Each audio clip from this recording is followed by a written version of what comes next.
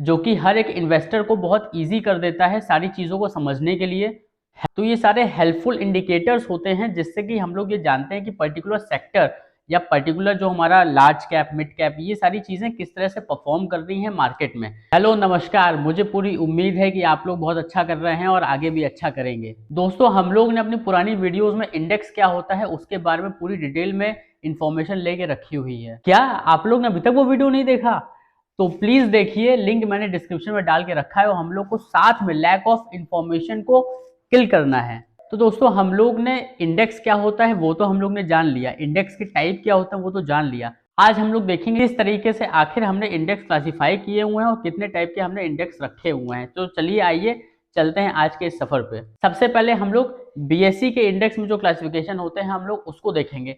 मैंने एक आपको कुछ क्लासिफिकेशन मैंने बताए, बिकॉज सारे बताऊंगा तो वीडियो बहुत लंबा हो जाएगा, इसलिए मैं आप लोगों को एक आइडिया देने के लिए कि आखिर हमने क्लासिफाई किस तरीके से किया हुआ है उसको मैं आप लोगों को बताता हूँ। सबसे पहले बीएससी में जैसा कि हम लोग देख रहे हैं, एक sector and industry wise classification है, उसके बाद में मार्केट कैप वाइज क्लासिफिकेशन है। अब इसमें भी जो मार्केट कैप वाइज में मैंने इसमें मेनली जो तीन है अपने, S&P large cap, S&P BSc mid cap, S&P BSc 100, और वैसी सेक्टर इंडस्ट्रीज में S&P BSc health care, BSc IT and BSc metal. अब आप ये समझो कि ये सारे के सारे ही बेंचमार्क इंडेक्स हैं। जो हमारे निफ्टी और सेंसेक्स है वो ब्रॉडर मार्केट के बेंचमार्क इंडेक्स की पूरा जो इंडियन मार्केट है वो किस, और जो ये सारे सेक्टर्स हैं वो अलग अलग जो सेक्टर्स हैं, चाहे वो लार्ज कैप की कंपनीज हो मिड कैप की कंपनीज हो, वो पर्टिकुलर किस तरह से कर रही हैं अपने अपने सेक्टर्स में, ये उसको डिनोट करता है। जैसे कि अब जो एसएनपी लार्ज कैप मीन्स जितनी भी लार्ज कैप की कंपनीज हैं।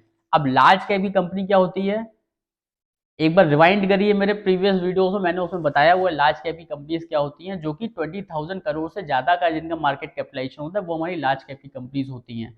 तो जो लार्ज कैप की कंपनीज हैं ये उसका एक बेंचमार्क इंडेक्स है, ये मिड कैप की कंपनी का बेंचमार्क इंडेक्स है, और ये जो लार्ज और मिड कैप की जो टॉप 100 कंपनीज हैं दोनों की मिला के ये उसका बेंचमार्क इंडेक्स है।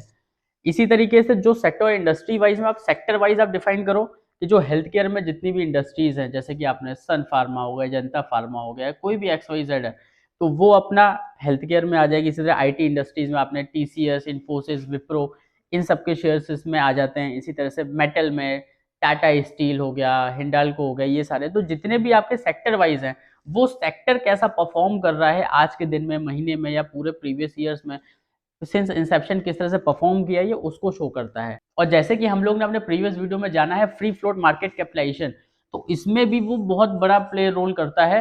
वो इस तरह से करता है कि जो भी वेटेज इसमें डिसाइड होता है कि किसी भी शेयर्स का वेटेज उसमें कितना होगा इस सेक्टर में, वो हम लोग फ्री फ्लोट मार्केट कैपिटलाइजेशन के बेस पे ही करते हैं। जिसका फ्री फ्लोट मार्केट कैपिटलाइजेशन ज्यादा होगा, वो सपोज करिए हेल्थ केयर में अगर कोई एक्स कंपनी है जो कि फार्मा सेक्टर्स की है, तो उसका अगर फ्री फ्लोट मार्केट कैपिटलाइजेशन ज्यादा है तो वो उसमें ज्यादा वेटेज होगा, जिसका कम है वो कम वेटेज होगा। इसी तरीके से ये सारे डिसाइड होते हैं। इसलिए मैंने आपको बोला था कि मेरा video free float market capitalization बहुत इंपॉर्टेंट है, बिकॉज वो एक बेस है। तभी आपको पता चलेगा कि आखिर आप हमेशा ये सोचते रहोगे कि आखिर इसमें शेयर का एंट्री कैसे हो रहा है, एग्जिट कैसे हो रहा है, तो वो हमेशा फ्री फ्लोट मार्केट कैपिटलाइजेशन से ही होता है। इस चीज को याद रखिएगा। अब उसी तरीके से जैसे हमारे बॉम्बे स्टॉक एक्सचेंज के क्लासिफिकेशन है वैसे ही एनएसई के क्लासिफिकेशन है, जैसे कि मार्केट कैप वाइज और सेक्टर एंड इंडस्ट्री वाइज। अब मार्केट कैप में जैसे कि मिड कैप 50 हो गई, मिड कैप सेक्टर की जो कि अपने एनएसई में लिस्टेड है उनकी टॉप 50 कंपनी हो गई। ऐसी निफ्टी 50 हो गया, वो भी एक मार्केट इंडेक्स है मार्केट कैप वाइज में। इसी तरीके से आपका इंडिया विक्स हो गया, लेकिन इंडिया विक्स एक टोटली डिफरेंट टर्म्स है जिसको मैं अभी आगे डिस्कस करता हूँ। इसी तरीके से सेक्टर इंडस्ट्री, जैसे बीएससी में हमारा फार्मा सेक्टर आईटी सेक्टर था, वैसे ही एनएसई में भी हमारा Nifty pharma, Nifty PSU bank and Nifty auto इस तरह से रहता है।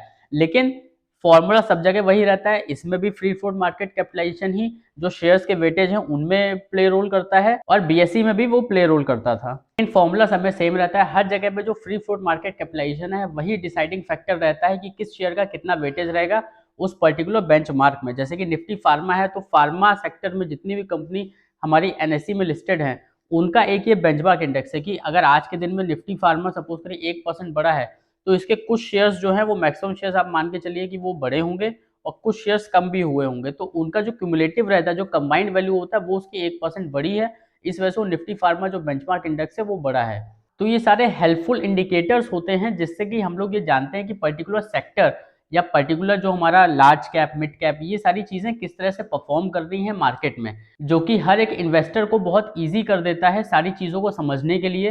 क्योंकि इस तरीके से उसको एक पर्टिकुलर शेयर्स देखने पड़ेंगे, लेकिन अगर वो एक बेंचमार्क देख लेता है तो उसको ये आइडिया लग जाता है कि अच्छा इस समय ये पर्टिकुलर बेंचमार्क, सपोज करिए निफ्टी पीएसयू बैंक है, इस समय अच्छा परफॉर्म कर रहे हैं, तो इसमें आप इन्वेस्ट कर सकते हो बिकॉज ये अभी अप ट्रेंड में है। तो एक ये बेंचमार्क है जो कि सबके लिए, चाहे वो ट्रेडर हो चाहे इन्वेस्टर हो, सबके लिए इन्फॉर्मेशन वाइज भी बहुत अच्छे होते हैं। आइए दोस्तों स्टार्ट करते हैं आज का हम लोग अपना मोटिवेशनल थॉट।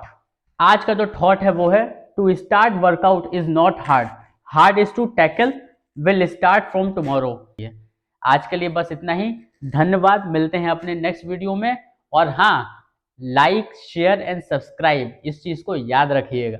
चलिए, धन्यवाद।